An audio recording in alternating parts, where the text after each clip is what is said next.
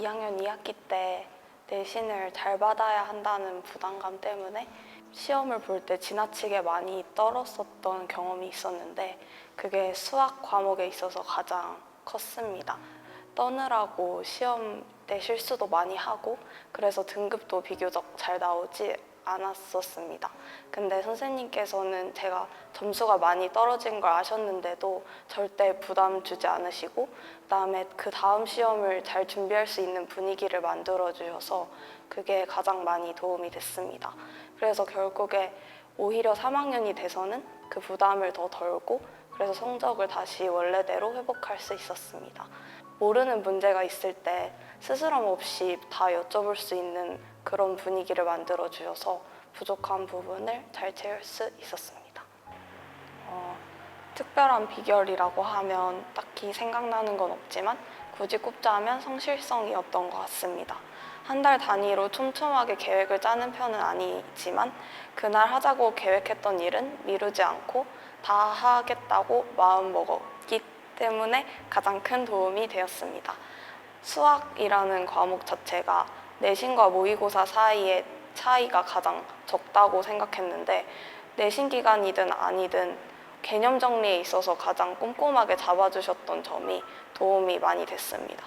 문제를 아무리 많이 풀더라도 개념이 정확하게 되어 있지 않으면 문제를 푸는데 혼란이 올 수밖에 없는데 그런 점에 있어서 혼란이 없게 해주셨던 것 같고 어려운 유형이 있을 때도 그 유형을 푸는 방법을 제가 숙지할 때까지 알려주셨던 점이 가장 큰 도움이 되었습니다. 사실 아직까지 기억에 남을 정도로 입시 결과나 시험 결과에 대해 크게 기뻤던 경험은 없는 것 같습니다. 대부분 기뻤을 때는 이제 친구들과 보냈던 시간이 기뻤었는데 학생부 종합을 준비하다 보니까 학교 활동에 참여하면서 늦게까지 학교에 남아 있었던 적이 많았고 그럴 때 친구들과 함께 보내는 시간 그리고 점심시간이나 쉬는 시간에 소소하게 보냈던 시간들이 지금 생각해보면 가장 기뻤던 기억인 것 같습니다. 사실 현실적인 이유도 있었지만 제 자기소개서 초안을 보고 많은 선생님들께서 사람에 대해 관심이 많다라는 게 느껴졌다고 말씀해 주셔서 그래서 고민하게 되었습니다.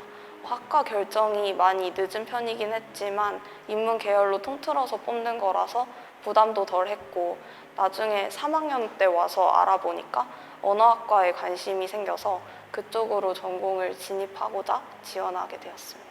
서울대학교 인문계열의 가장 큰 특징은 입학하고 나서 1, 2년 뒤에 전공을 선택한다는 점입니다. 입학하고 나서 자기 관심사가 뭔지 잘 모를 때 다양한 교양 과목을 공부해보고 관심사를 천천히 알아갈 수 있다는 장점이 있습니다.